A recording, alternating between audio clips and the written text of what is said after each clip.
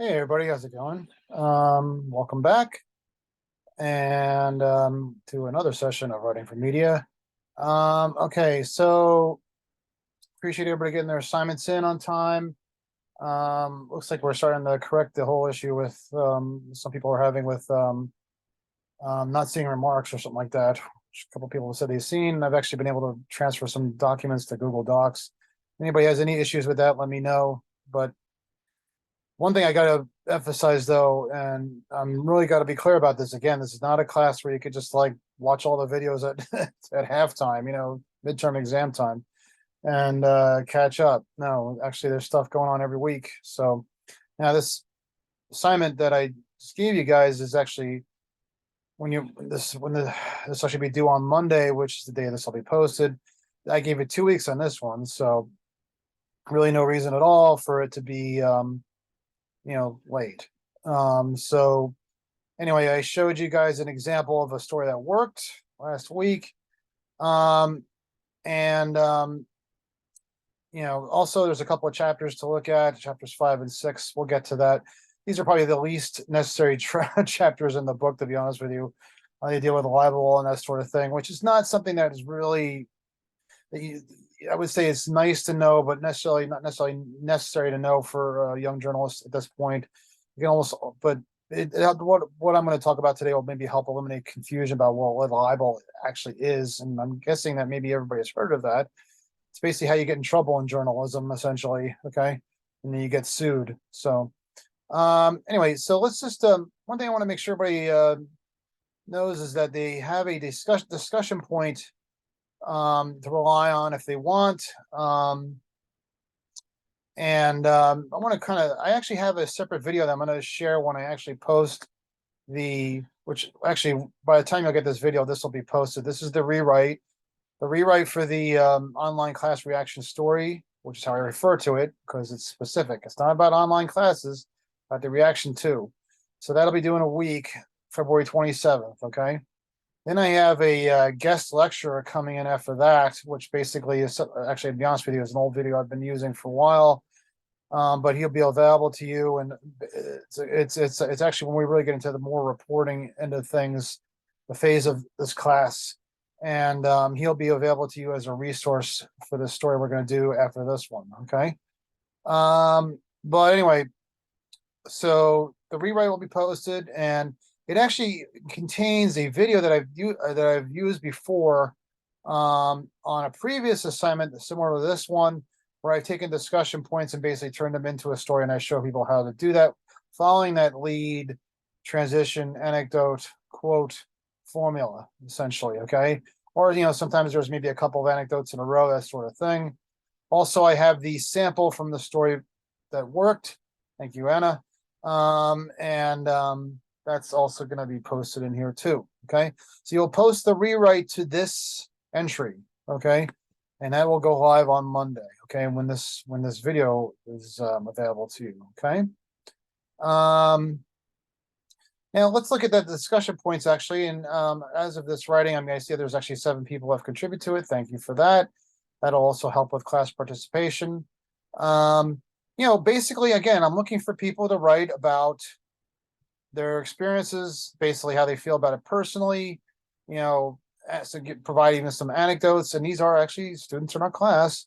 So I'm asking you to put on both hats, both as source and as writer. Okay. So yes, I know. So anyway, I don't expect you to please don't use yourself as a source, but you can use other people in the class as a source. This is what I would be doing if we were actually having this class in person. Okay. I'd be having people interview each other. Okay. So how would I handle this? And again, this is in this other video that I provided in the, I'm going to do something similar to what I did there.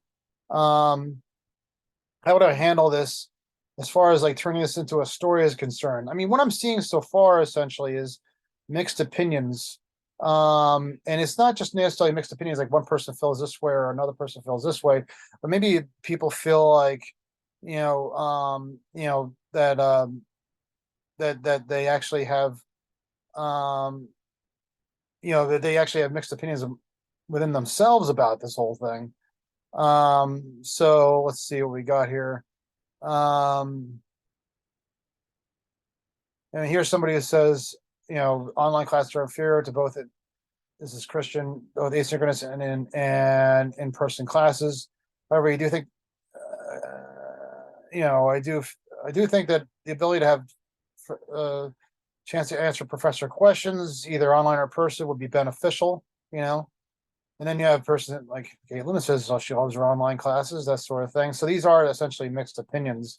So, I mean, it doesn't have to be necessarily be this simple. One thing you should definitely avoid, I've seen a couple of papers say this, is that there's a difference between saying that Rutgers students have mixed opinions versus different opinions. I mean, it's obvious people have different opinions. Okay. I wouldn't say that in your lead that people have different opinions. That's obvious, but mixed opinions is a little more specific. Why? It means that essentially people have mixed feelings among themselves and among other people, that sort of thing. That there actually is a mix of that, as opposed to different opinions, which indicates like, well, I mean, you can say that about anything, but mixed seems to be a little bit more personal, maybe mixed not just among people, but within themselves. So let's see what we can get out of this. So basically, I would say that maybe like Rutgers, what you want to do is have an idea and an angle. So Rutgers students have mixed opinions. I mean, it doesn't be worded exactly this way. I've seen people be a little more creative in this, which is fine, about online classes. What you should do is you should go for an angle that has provides some sort of an overall. I mean, I know I'm not a big fan of additional clauses, but the lead should basically be some sort of an umbrella that kind of telegraphs what the whole story is going to say. So here's where you basically do that, with some saying they're convenient and maybe others saying they're not. Something that overall that kind of shadows everything that's being said in a very general way in the story. Okay. All right. So we start off with that, and then we take essentially some of these mixed opinions. Actually, let me actually go to make sure we have Caitlin and Christian, I think, had the mixed opinions, especially. Okay. So let's see what we got here. Okay. All right. Here's Christian Nicholas. Okay. And then we go up. Anna, thank you, Anna. Caitlin. Okay, Caitlin. All right. Sorry about that. All right. Let's just go with these two. And then actually we'll just start with Caitlin and not do all these because that'll be a little long. I mean, you really should try to get at least 3 people in the story, I believe. Okay. All right. So now we could start off first with basically having people who like their online classes and saying, I mean, you want to go a little bit deeper because I said convenience already, right? In the lead. So basically you could go a little bit deeper than what the lead says, with some students say the convenience of online classes is helpful because they can do it anywhere. Go a little bit deeper than the lead goes as a transition. So you have your lead and then your transition. Okay. All right. And then you have Kate. I forget, Caitlin, who, if you're a sophomore or a freshman, I'm sorry, but we can just say a Rutgers student.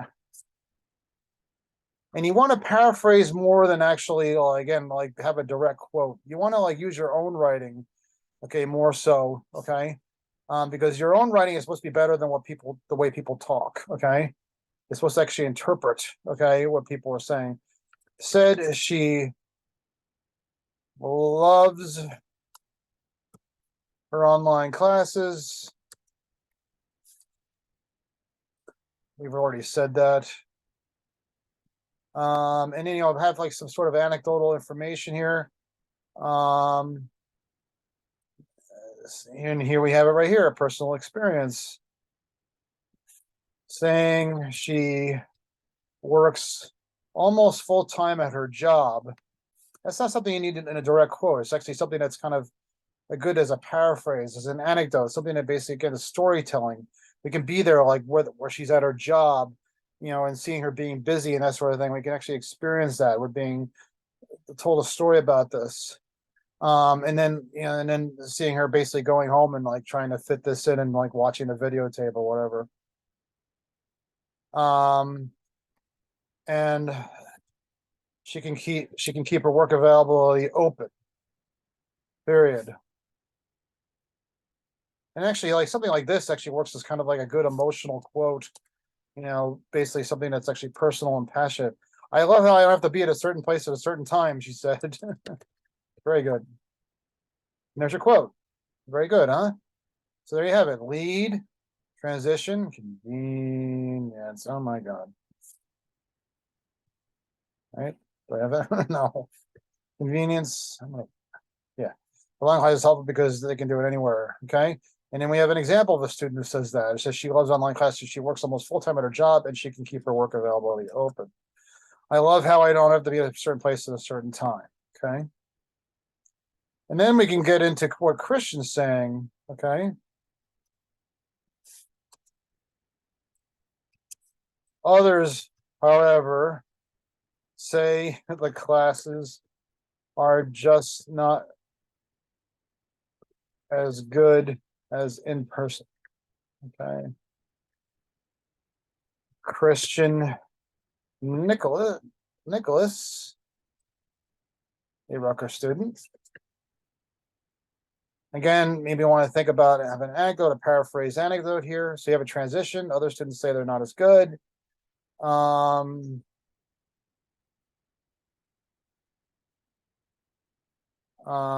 He actually has mixed opinions so himself. So he would say,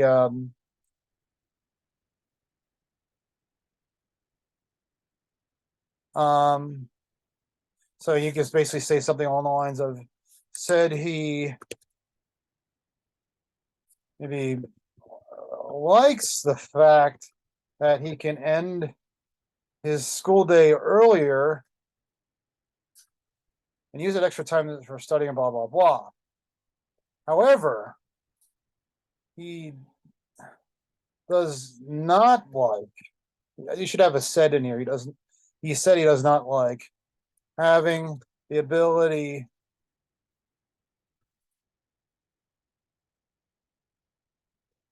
to ask the professor questions either online or directly, perhaps. Okay. So there's actually almost like two anecdotes in there. Okay. And maybe this is your quote right here. I mean, the professor, thus their ability to help is really limited. You say this way. So two anecdotes in a way there, personal experience from Christian, and then a quote, and there you have it. And then rinse, repeat. You continue maybe with another transition, kind of shining light in how people feel in another way, another mixed opinion, whether they like it, they don't, or maybe they have mixed opinions themselves. What we saw there was essentially one person feeling liking it all altogether, another person having mixed opinions on it, but kind of generally not liking it at all. Sorry for misquoting you there, Christian. So, all right. So that's basically what you can do is you take that information from the discussion points and turn that essentially into a story. Okay. All right. Let's save this. Okay. So that's how you should really approach that story. And again, you'll have a rewrite in this. So hopefully maybe if you don't get it right the first time, and a couple people haven't, I've graded a few already. You can get it right this time. Hopefully that provides some help for you. Please get these stories in on time. Please get these stories in on time. Deadlines are important journalism. This is not an English class, okay? It's not a history class, okay? Where maybe you can like beg for forgiveness, that sort of thing. I have allowed for some forgiveness, but it's getting deeper in the semester now, and I shouldn't be allowing for forgiveness anymore, okay? I have actually been grading people a grade lower for handing in their assignments within that 24-hour late period. And then, I mean, I've had people submit assignments like 2 or 3 days later. No, that can't happen. That's an F. Okay. That would basically throw the whole works out of link, if out of joint, if you had a news organization. Okay. That's like working on deadlines. Okay. and relies on the ability to provide information as quickly as possible. It also forces editors to work longer hours and not do their jobs. They had maybe a rush to do their own jobs and not do them correctly. Okay. All right, so let's look at chapters 5. So basically, this is 5 and 6. I'm not going to go so much with 6 because 6 deals with ethics, and it's interesting because I'll just tell you about that a little bit. Like, it talks about conflicts of interest and things like that, and basically how journalists should maintain ethics. And it's something I deal a lot with, media ethics. And one of my students here actually is taking my media ethics class. So that's really something that really kind of gets, I really feel it deserves like a whole class for. But it talks about the whole idea of like, you know,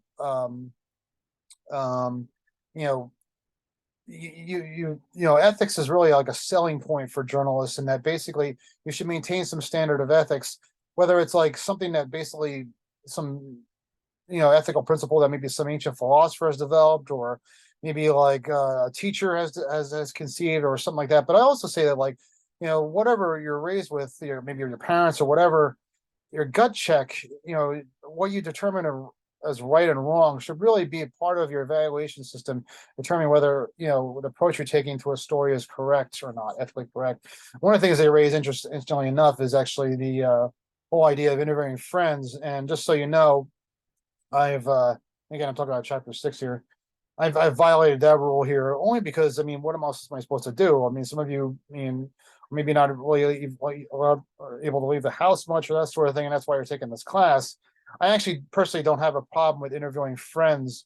I mean, it's actually kind of like the dog wagging the tail here. It's kind of the opposite that's actually an issue, where you have like people becoming friends because they have developed relationships because of journalists. Maybe that's not such a great idea, because then, especially when you're dealing with government officials, you're not supposed to actually like, become a reporter and develop sources to make friends. You're supposed to develop sources to actually, use that information objectively. And there's probably no better example of that than the Judith Miller saga of 2003 and beyond, when she was a reporter for the New York Times. This year as a guest commentator on Fox News sometimes, which is incredible. But she actually had apparently some sort of romantic relationship with a source on the Bush administration. We ended up getting indicted. I don't think anything came out of that, but and she printed a lot of the lies that came out about the Iraq War, particularly the crap about how there were weapons of mass destruction found in Iraq, when that was totally untrue. And this guy, his name was Scooter Libby, he was the source, and he was working for Dick Cheney, the vice president at the time, who was big on the Iraq War and going in there and doing whatever. And so, there were no weapons of mass destruction found. So she repeated that lie in the New York Times repeatedly. But we found out that eventually that was because of this relationship she had, which was inappropriate with.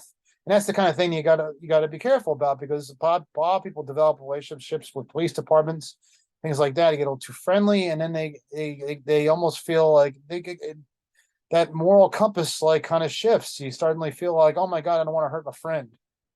That does actually arise. So what I've done with these stories essentially with you so far, and having you interview friends and family members, which you probably would never do, is just basically like interviews, do stuff that's essentially not controversial, that sort of thing. So, anyway, so the good thing about, now let's go to chapter 5. Chapter 5, essentially, the good thing about chapter 5 is that it kind of helps, I hope, allays fears about what essentially is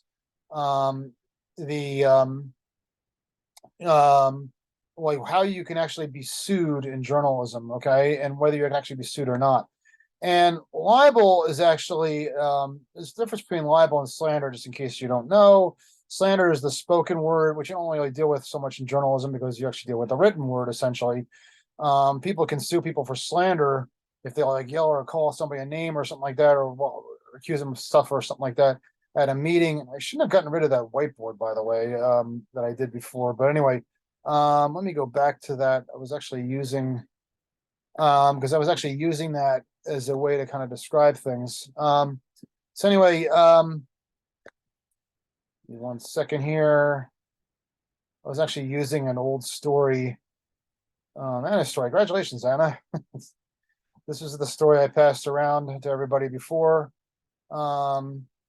Anyway, let me just get to the crux of the matter, and that is essentially that a lot of people fear writing stuff because they're going to get in trouble. And one thing, and it's probably a little bit too loosely used, that is the whole idea of being sued for libel. Libel is defamation by written words, as it says here, as you're reading text, or by communication of some other tangible form, whereas slander is defamation by spoken word gestures. So, if you do something that actually can hurt people, and is wrong and make a mistake, yes, you could be sued for libel. But thank you, Supreme Court. The Supreme Court in 1964 allowed people to basically be human, okay, and basically they understood that basically people make mistakes. So what do I mean by that? Okay, so I was just using this because it was easier. My computer's slow. Before 1964, you could actually be sued for making a mistake and get in a lot of trouble for it, and a lot of money. You could actually, you could be sued for a lot of money and basically, brought down as a journalist in a financial way. Okay, so but what happened was in 1964 there was this case called Times v. Sullivan. It's the New York Times versus Sullivan, and I think I forget the guy's name, but anyway, there's another guy by the name of Bull Connor who was involved, and they were racist essentially, even though they never, from what I understand, they never were actually came out and said they were racist, but they did racist things. And I mean, I think right now this would be a much easier case to prove. But I think at the time they were kind of trying to come across as like, we never done anything racist. There's no proof, no evidence that we ever did anything racist. And this is around a time of like Martin Luther King was obviously being mistreated by police. He was jailed, that sort of thing. So what happened was the New York Times, it actually wasn't even a story, but the New York Times printed an advertisement that basically lists a lot of people who essentially it was done by a group down in the South that was basically trying to spotlight people they thought were racist and mistreating the civil rights readers at the time. And they wanted people to come down and basically do something about this and like fight against it, not necessarily beat them up or anything like that. So they came out with this ad that's right here. Okay. So essentially these people, you could argue, I won't, but they could argue that maybe they weren't proved to be racist because there was everything written. They didn't use anything maybe necessarily that was actually on paper or them using the N-word or anything like that. I mean, their actions would speak otherwise, certainly, but could it be provable in a case in a court of law that what they were doing was racist? Well, that wasn't really the issue. The issue was, can somebody actually like print something and accuse somebody of doing something and get away with it? Okay, even if they don't necessarily have the evidence to prove it. Okay, so it's actually more like an opinion matter. What the Supreme Court ruled was that essentially, yes, they can, as long as they do not do two things at the same time. Okay, and it was actually shown at the time that they were actually it was actually shown at the time that they were actually that there was no proof that the people printing this ad were doing either of these two things necessarily. I mean, you could argue maybe one thing, but anyway, if you're printing something, you have to make sure that you do not have reckless disregard for the truth. It's really kind of an and/or thing. The other thing is that you have actual malice. So what does that mean?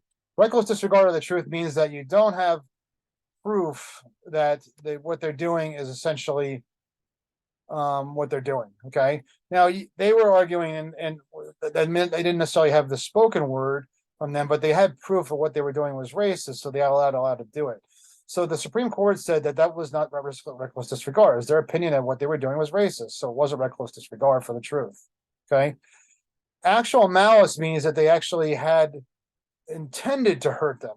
And actually, what has to come out of this is what essentially is called injury. Okay, meaning that they were defamed, they were proven to be, that they were hurt by it, that they were actually like their name was disgraced because these actions took place.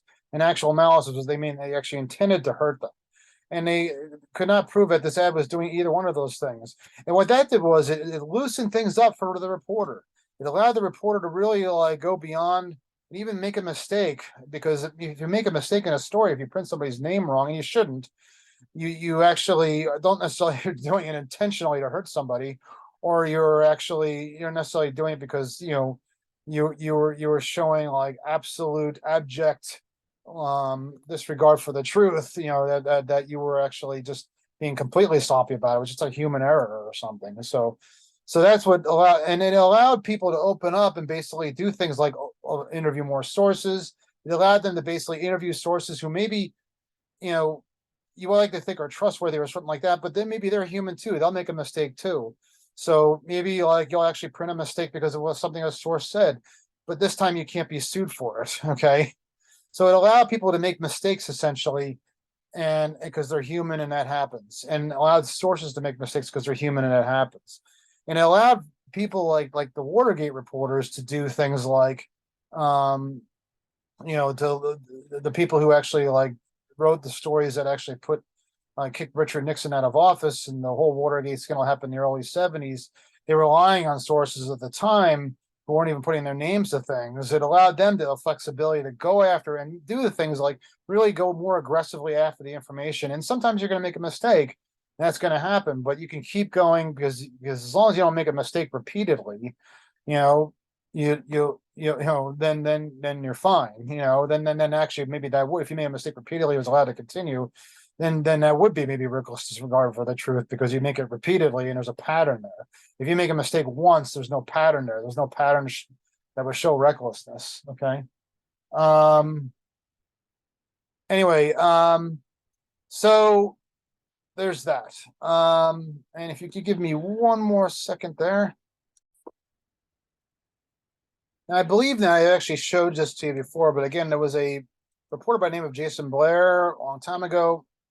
And you could argue that basically, like, he was probably showing the reckless disregard for the truth, because he was a reporter for the New York Times. Again, I don't remember if I've actually brought this up before, but who made repeated mistakes in his stories. I know I'm citing Wikipedia here, a great professor, right?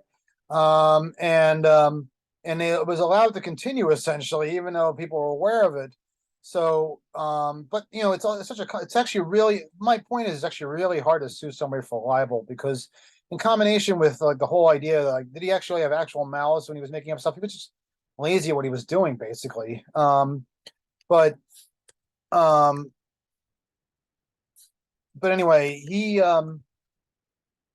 like rarely left his Brooklyn apartment apparently, or something like that, and admitted to it. And you can see like this went on and on. All these mistakes were made in his stories and all this stuff. And he even wrote a book about it. And I mean, you could argue actually that it was really the editors are more responsible than him for doing what he was doing. 2003 piece, 2003 piece, 2003 piece. They just continued and continued and continued. And the New York Times actually had to print, back in the old days of like double page newspapers, like it was actually 2 pages of paper newspapers, corrections all over the place, and he plagiarized and the whole thing. But the thing is though, is that like, okay, so you could argue maybe reckless disregard for the truth, but then again, was anybody really hurt by that? That's the thing. It's really hard to prove libel. So you should feel confident that like you're allowed to make a mistake in a story. Although I'm gonna come down if I see like reckless mistakes in stories, and I have already. But if you misquote somebody or something like that, or I misidentify somebody for a name, because there are consequences for making a mistake in a story. Okay. And but I mean, as far as like libel and the legal ramifications, I mean, they identify them right here in the elements of a libel suit. Defamation is also usually part of it. Somebody's actually, but injury is really a big part of it. Okay. And the plaintiff must present evidence that he or she suffered some actual injury, which may be emotional, reputational, as well as physical or economic. Okay. So there's almost got to be not just like the actual malice and the reckless disregard of truth but there's got to be like proven that there's actually some consequences to who's ever been hurt, and that's essentially other things like, actually being harmed, injured reputationally, that sort of thing. All right. So that's what you have to worry about. What's the biggest thing you have to worry about, really, actually, if you have to, I mean, why worry about it all? I mean, why just make mistakes all the time? Why just make up things all the time? Well, you know what? Again, it goes back to what I've said before. What's the biggest selling point for a mainstream news organization? It's not being sued, it's your credibility. Okay. The credibility is what's at stake. If you make mistakes and there's a pattern of that sort of thing, people are going to see your name and they're going to know it. And not only that, you're going to hurt your news organization. We had a reporter in my old news organization, my old organization, who constantly like kind of exaggerated stuff and everything. I think they got to the point where it was like we had to do something because people were starting to really identify this person as somebody who would do that sort of thing. I remember she even like did a story on a January 6th insurrectionist and tried to make it as though she was doing this as like, this insurrection as like, like going to like a pep rally or something like that. And so that was really straining the truth of a story that was beyond straining the truth, really. Stuff like that was happening. We had another reporter who actually would almost literally like make up stuff. And we had to basically, it took a long time, but we actually ended up firing him because he would actually, it was not like straight making up stuff, but basically, stuff that like, um, where I remember he like would mistakenly like I think it was the name of a restaurant. He said a restaurant was opening up someplace, but actually it wasn't the restaurant that was opening up. It was actually name of a company that actually had a similar name to a restaurant. So he automatically assumed, when you assume, you make an ass out of you and me, out of the word, right? Assume, ass out of you and me, right? Okay, that's what he did. And he did that a couple of times and then he got fired for that. Okay. Um, I remember a long time ago, back when I worked at the Daily Targum, we had somebody who back at the time it was like 1988. We had a lot of we had a Palestinian group and Jewish groups that were kind of countering each other because of Intifada was happening at the time in Palestine, and there were like it was a lot of fight back against the Israeli government at the time. So, I mean, it's not our job in the newspaper to really be involved in that at all. But there were rallies held on campus and that sort of thing, and it was a group called the Rutgers Alliance for Zionism in Israel. We had actually hired somebody to be our correspondent on cultural issues, and she belonged to that organization. We weren't aware of it at the time. And I showed you guys this around the time this happened. I showed you guys the videotape of the pledge who died, drank 33 kamikazes. His name was James Callahan. She wrote this anyway. She wrote this story about, so she belonged to the ROTC, it was called. I don't know why they call it ROTC, but Rutgers Alliance for Zionism in Israel. Anyway, so she wrote the story about the Palestinian Student Council naming a new head, a person running the organization. And she used the name James Callahan. And this was I almost can't believe I'm admitting this out loud, but dumb mistake on my part and another editor. We looked at that, and this is what they call reporter radar. We should should have gone off in our heads saying like, no, not good. That doesn't make sense. And it was literally like a week or two after this whole incident, Lambda Chi Alpha happened. And I remember seeing another editor. That's interesting. This person has the same name as the person who died in the fraternity pledge incident, the fraternity pledge. And the next day, we had somebody in our office from, I think, the Palestinian Student Council or someplace else, who said that this was an implicit death threat against the Palestinian Student Council and Palestinians on campus. And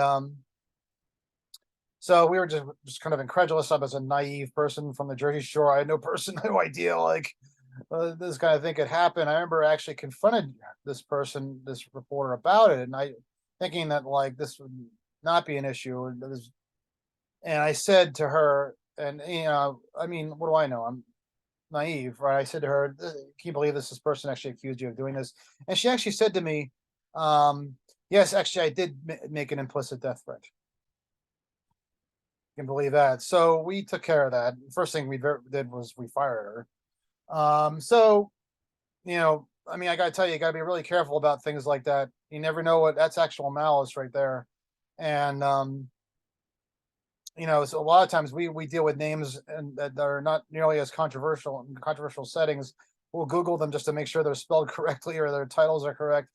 Very, very careful about how things are handled because you just never know what's on the other side of things. So anyway, all right, so that's all I have. So you have the again the rewrite. We'll have a rewrite due for the um the online class reaction story due in a week. Then I'll have a guest speaker coming in soon. Again, that's like a guest video, actually, you could say. I'll explain what that's going to be all about. It's going to be a new assignment. Anyway, so that's about it. And I will be talking to you guys. Thanks very much.